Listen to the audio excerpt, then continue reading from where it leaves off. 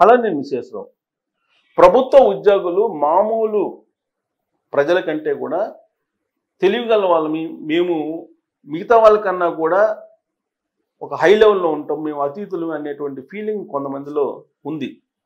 అది ప్రభుత్వ ఉద్యోగుల నేతల్లో ఉంది, ప్రభుత్వ ఉద్యోగులు కొంతమందిలో కూడా ఉంది. అందుకే మిగతా వాళ్ళందరూ ఎటుపోయినా సరే మాకు పెంచాలి అనేటువంటి కాన్సెప్ట్లోనే ఉంటారు ఎక్కువ మంది వాళ్ళు. ఇప్పుడు ఆంధ్రప్రదేశ్ ప్రభుత్వం బకాయిలు ఉంది ఉద్యోగులకి, దాదాపుగా 16,000 కోట్ల రూపాయల వరకు ఉంది అని చెప్పి ఉద్యోగులు చెప్తూ ఉన్నారు. గతంలో 25,000 కోట్లు అన్నారు, దాంట్లో ఇప్పుడు 6,500 కోట్లు ఎట్టగో వసూలు చేశారు. ఇంకా మిగతా బకాయిలు ఇవ్వాలి. అలాగే 3 డిఎల్ పెండింగ్ ఉన్నాయి అన్నారు. బకాయిలు ఒకవైపు అడుగుతున్నారు, డిఎల్ సంగతి అడుగుతున్నారు, ఇంకొక వైపు పిఆర్సీ వేయండి అని చెప్పి అడుగుతున్నారు. సో ఇవన్నీ మళ్ళీ కరువు బత్యం కూడా అడుగుతున్నారు మధ్యలో. ఇవన్నీ అడుగుతూనే బకాయిలు ఇవ్వలేని పరిస్థితుల్లో ప్రభుత్వం ఉందని తెలిసి కూడా ఇవన్నీ అడుగుతున్నారు. అడుగుతూ ఒకవేళ డబ్బులు ఇవ్వలేకపోతే నగదు రూపంలో ఇవ్వలేకపోతే ఒక బంపర్ ఆఫరు ఉద్యోగ సంఘ నేతలు ఆ రాష్ట్ర ప్రభుత్వానికి ఇచ్చారు. ఏంటో తెలుసా?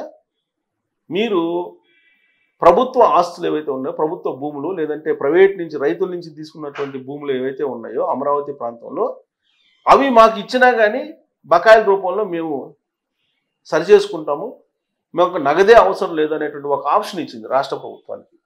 అంటే ఒక దెబ్బకి 2 పెట్టలు అంటారు కదా, ఆ టైప్లో బకాయిల పాటికి బకాయిలు, అలాగే భూములు అంటే ఇళ్ల స్థలాల రూపంలో మాకు ఇచ్చేస్తే మేము ఆ బకాయిలకు సరిపోను ఇళ్ల స్థలాలు ఇస్తే మేము తీసుకుంటాము అని చెప్పి ఒక ఆఫర్ ఇచ్చారు రాష్ట్ర ప్రభుత్వానికి. సరిగ్గా ఇక్కడే ఉద్యోగుల యొక్క తెలివి, ఉద్యోగుల యొక్క లాజిక్ ఎంత ఉంటుందో, ఉద్యోగ సంఘాల నేతల యొక్క లాజిక్ ఎంత ఉంటుందో అర్థమవుతుంది. ఇప్పుడు ఒకవేళ దానికి ప్రభుత్వం ఒప్పుకుంటుంది అనుకోండి, మేము ఎలాగో నగదు రూపంలో ఇవ్వలేను, మా దగ్గర డబ్బులు లేవు, రాష్ట్ర ప్రభుత్వం అప్పుల్లో ఉంది, కాబట్టి మీకు రాజధాని ఏరియాలో ఇస్తాము, లేదంటే జిల్లాల కేంద్రాల్లో ఇస్తాము అని చెప్పి చెప్పారు, ఒప్పుకున్నారు అనుకుందాం. ఈ 16,000 కోట్ల రూపాయలకు విలువైనటువంటి ఇళ్ల స్థలాలు మీకు ఇస్తామని చెప్పి ఒప్పుకున్నారు అనుకుందాం అనుకోండి. అప్పుడు ఏం చేస్తారు తెలుసు ఉద్యోగస్తులు, ఉద్యోగ సంఘ నేతలు? మాకు గవర్నమెంట్ వాల్యూ ప్రకారం ఏమంటారు, మార్కెట్ వాల్యూ ప్రకారం తీసుకురాది, గవర్నమెంట్ వాల్యూ ప్రకారం మేము రిజిస్టర్ చేయించుకుంటామని చెప్తారు. నెక్స్ట్ స్టెప్ అనమాట అది. ఎందుకో తెలుసా? గవర్నమెంట్ వాల్యూకి అంటే రిజిస్ట్రేషన్ వాల్యూకి, గవర్నమెంట్ వాల్యూకి, బహిరంగ మార్కెట్ వాల్యూకి చాలా గ్యాప్ ఉంటుంది. ఉదాహరణకు మనం అమరావతి ఏరియాలను తీసుకుంటే అక్కడ రిజిస్ట్రేషన్ వాల్యూ గజం ఓ 14,000 ఉందనుకుందాం. మార్కెట్ వాల్యూ ఎంత ఉంది ఇవాళ? 30,000, 40,000, కొన్ని చోట్ల 50,000 అలా ఉంది. 30 నుంచి 40,000 ఉంది, అంటే డబల్. సో ఇన్ని రకాలుగా లాభం పొందడానికి ప్లాన్ చేశారు. ఈ ప్లాన్ ఎవరు చేశారో తెలుసా? ప్రభుత్వ ఉద్యోగుల సంఘ నేత సూర్యనారాయణ గారు చేశారు. ఎవరు ఈ సూర్యనారాయణ అని అంటే, మళ్ళీ మనం జగన్మోహన్ రెడ్డి గారి పరిపాలనలోకి వెళ్ళాలి. జగన్మోహన్ రెడ్డి గారు ముఖ్యమంత్రిగా ఉన్నప్పుడు మాకు 1వ తారీఖు జీతాలు ఇవ్వండి చాలు, ఇంతకు మించి మా కోరికలు ఏమీ లేవు, మీరు ఏమీ ఇవ్వవసరం లేదు, మాకు 1వ తారీఖు జీతాలు ఇస్తే చాలు అని చెప్పి ప్రాధేయపడ్డారు. ఆ ప్రాధేయపడినటువంటి వాళ్ళల్లో సూర్యనారాయణ గారు ఒకళ్ళు. ఆంధ్రప్రదేశ్ ముఖ్యమంత్రి ఆ రోజున జగన్మోహన్ రెడ్డి గారు ఉన్నారు, అలాగే మంత్రులు అనేక మందిని కలిసి మాకు 1వ తారీఖు జీతాలు ఇవ్వండి అని చెప్పి ప్రాధేయపడినా అప్పుడున్నటువంటి ప్రభుత్వం వీళ్ళకి 1వ తారీఖు జీతాలు ఇవ్వలేకపోయింది. దాంతో వీళ్ళు ఎక్కడికి వెళ్ళారు? సూర్యనారాయణ గారు గవర్నర్ని కలిశారు. గవర్నర్ని కలిసి మాకు 1వ తారీఖు జీతాలు ఇప్పించండి, మాకు ఖర్చులు ఉన్నాయి, మాకు ఈఎంఐలు ఉన్నాయి, మా కుటుంబాన్ని రన్ చేసుకోవాలి అని చెప్పి అక్కడికి పోయి ఒక వినతి పత్రాన్ని ఇచ్చారు. దాన్ని నేరం కింద పరిగణించినటువంటి ఆనాటి ప్రభుత్వం ఆయన మీద కేసులు నమోదు చేసి ఆయన మీద ఎంక్వైరీ కూడా చేసింది. ఆయన వాణిజ్య శాఖలో పనిచేస్తూ ఉంటారు. ఆ వాణిజ్య శాఖలో ఆయన ఏదో అవినీతికి పాల్పడ్డారని, అక్రమాలకు పాల్పడ్డారని ఎంక్వైరీ కూడా ఆదేశించింది. దాంతో ఆయన దాదాపుగా కొన్ని నెలల పాటు తలదాచుకొని ఎక్కడికో ఉండిపోయారు. ఇప్పుడు కూటమి ప్రభుత్వం వచ్చింది. కూటమి ప్రభుత్వం వచ్చిన తర్వాత ఇప్పుడు ఆయన ప్రభుత్వ ఉద్యోగ సంఘ నేతగా ఇప్పుడు కొన్ని డిమాండ్లు పెడుతున్నారు. అసలు జగన్మోహన్ రెడ్డి గారు ఆ రోజున గవర్నర్ని కలిసి ఈయన 1వ తారీఖు జీతాలు ఇప్పించండి అని చెప్పి అభ్యర్థన చేసినందుకు అసలు ప్రభుత్వ ఉద్యోగ సంఘాన్ని రద్దు చేయాలని చెప్పి సిఫారసు చేసింది ఆ రోజున్నటువంటి ప్రభుత్వం. దాన్ని 2 రోజుల క్రితమే ఆ రద్దు చేయాలనేటువంటి సిఫారసుని క్యాన్సిల్ చేసింది ఇప్పుడున్నటువంటి కూటమి ప్రభుత్వం. ఆ క్యాన్సిల్ అయిపోగానే ప్రభుత్వ ఉద్యోగుల సంఘ నేతగా ఈయన అఫీషియల్గా ఇప్పుడు ఏమంటున్నారు, కొన్ని డిమాండ్లు పెడుతున్నారు. ఏం డిమాండ్లు పెడుతున్నారు? ఈ కూటమి ప్రభుత్వం ఎన్నికలకు ముందు కొన్ని హామీలు ఇచ్చింది ప్రభుత్వ ఉద్యోగులకి, దాని ప్రకారం మాకు బకాయిలు చెల్లించాలి, అలాగే డిఏలు ఇవ్వాలి, అలాగే పిఆర్సీ వేయాలి. ఇలాంటి డిమాండ్లన్నీ కూడా ఇప్పుడు సూర్యనారాయణ గారు చేస్తూ ఉన్నారు.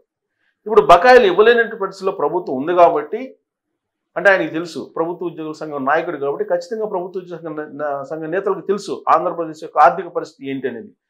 అందుకే ఇవ్వలేనటువంటి పరిస్థితిలో ఉంది కాబట్టి మాకు భూముల రూపంలో అంటే ఇళ్ల స్థలాల రూపంలో ఈ బకాయిలని చెల్లించినప్పటికీ కూడా మాకు అభ్యంతరం లేదు అని ఒక ప్రపోజల్ పెట్టారు. కరెక్ట్గా ఈ ప్రపోజల్ కనుక చంద్రబాబు నాయుడు గారు కనుక ఒప్పుకుంటే ఖచ్చితంగా ప్రభుత్వ విలువ ప్రకారం అంటే రిజిస్ట్రేషన్ విలువ ప్రకారం మార్కెట్ వాల్యూతో సంబంధం లేకుండా ఒక నామినల్ రేట్కి ఆ భూముల్ని ప్రభుత్వ ఉద్యోగులు సొంతం చేసుకునేటువంటి ప్రమాదం పొంచి ఉంది. అందుకే ఒకవేళ ఇలాంటి ప్రపోజల్ తీసుకొని ప్రభుత్వం దగ్గరికి వస్తే ఆల్రెడీ ఇప్పుడు ప్రభుత్వం దృష్టికి తీసుకెళ్లారు కొంతమంది నేతలు. అయితే చంద్రబాబు గారి దగ్గరికి వెళ్ళాల, ఇంకా ప్రెస్ మీట్ పెట్టి సూర్యనారాయణ గారు మాట్లాడారు, మాకు బకాయిలు ఇవ్వాలి 16,000 కోట్లకు పైగా, వీటికి నగదు రూపంలో మీరు ఇవ్వలేని పరిస్థితిలో ఉన్నారు కాబట్టి మాకు ఇళ్ల స్థలాల రూపంలో ఇవ్వండి అని.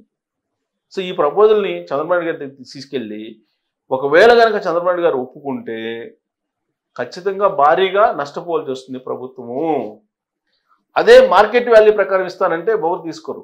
మార్కెట్ వాల్యూ ప్రకారం మీకు ఇస్తామని చెప్పి ప్రభుత్వం చెప్పింది అనుకోండి, ఈ 16,000 కోట్ల రూపాయల బకాయిలు ఉన్నాయి కాబట్టి ఈ బకాయిలు బదులుగా మార్కెట్ వాల్యూని అక్కడ ఉండేటువంటి మార్కెట్ వాల్యూని అసెస్ చేసి ఆ మార్కెట్ వాల్యూ ప్రకారం మీరు రిజిస్ట్రేషన్ చేయించుకోండి అని అంటే ఈ ప్రపోజల్ రద్దు చేసుకునే అవకాశాలు ఉంటాయి ఖచ్చితంగా. ఇదే సూర్యనారాయణ గారు మాకు అలా అయితే వద్దు అని చెప్పినా ఆశ్చర్యపోవసలేదు.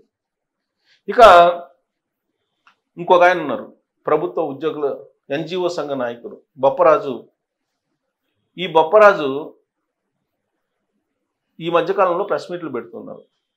తాజాగా ఒక డిమాండ్ కొత్తది తెర మీదకి తీసుకొచ్చారు.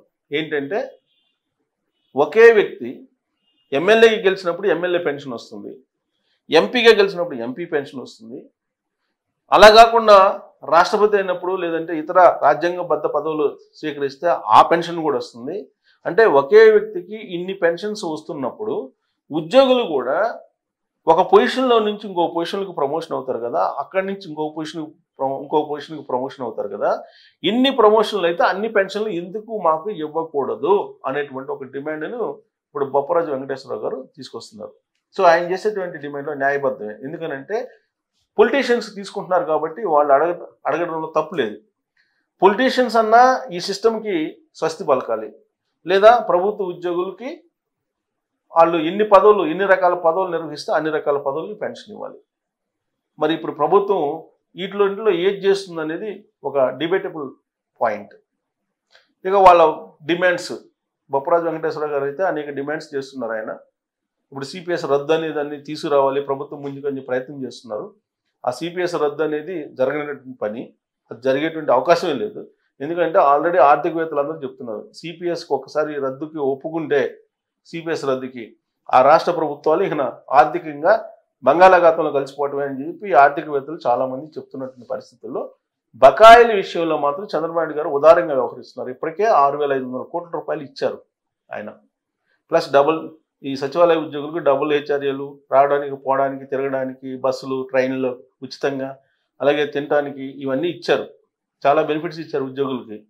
ఇప్పుడు ఇంకా ఆ బకాయిలను అడుగుతున్నారు. బకాయిలు ఇవ్వలేని పరిస్థితిలో ప్రభుత్వం ఉందని చెప్పి వాళ్ళకి తెలుసు. అందుకే ప్రత్యామ్నాయ అస్త్రాన్ని ప్రయోగిస్తున్నారు. ఈ అస్త్రం విషయంలో ప్రభుత్వం జాగ్రత్తగా ఉండకపోతే కనుక ఈ బకాయిల కంటే డబల్ నష్టపోయేటువంటి అవకాశం ఉంది. దీని మీద మీ అభిప్రాయాన్ని తెలియజేయచ్చు. Thank you.